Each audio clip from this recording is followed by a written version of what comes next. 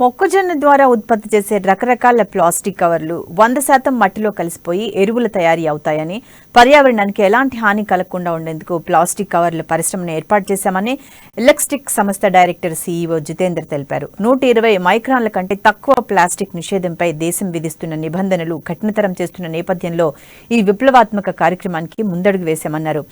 Elastic గార్మెంటిక్స్ Korea బ్యాగుల making machine తో కూడిన eco friendly packaging ఉత్పత్తులు పర్యావరణానికి ఎంతగానో మేలు చేస్తాయని తెలిపారు.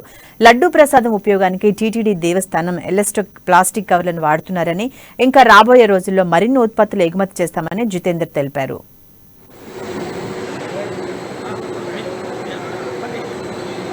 నుంచి మనము ఇది కమర్షియల్ ప్రొడక్షన్ లో ఉందండి. ఇంక్లూడింగ్ మన తిరుమలలో లడ్డూ బ్యాగ్స్ కూడా ఫస్ట్ మనం లాంచ్ చేసింది అక్కడే. సో అక్కడి నుంచి మనం ఇప్పుడు దాకా ఈ ప్రస్థానంలో ఎన్నో ప్రోడక్ట్స్ తయారు చేసాము. మనం గవర్నమెంట్ కి ప్రైవేట్ కి ఆల్సో మన రెగ్యులర్ యూస్ కి కూడా మన త్వరలో, అంటే మన హౌస్ హోల్డ్ మీరు నేను కొనే గార్బేజ్ బ్యాగ్స్ కూడా మనం త్వరలో ఎంట్రీ చేస్తున్నాం అండి. సో మా రిక్వెస్ట్ ఒకటే అండి, మనం మన గురించే ఆలోచించుకోకుండా మన ఫ్యూచర్ జనరేషన్స్, అంటే వచ్చే తరాల గురించి కూడా, మన పర్యావరణం గురించి, మన మదర్ ఎర్త్ గురించి ఆలోచిస్తూ పర్యావరణ హితంగా ఉండే ప్రోడక్ట్స్ మాత్రమే ఉపయోగించాలని మనవి.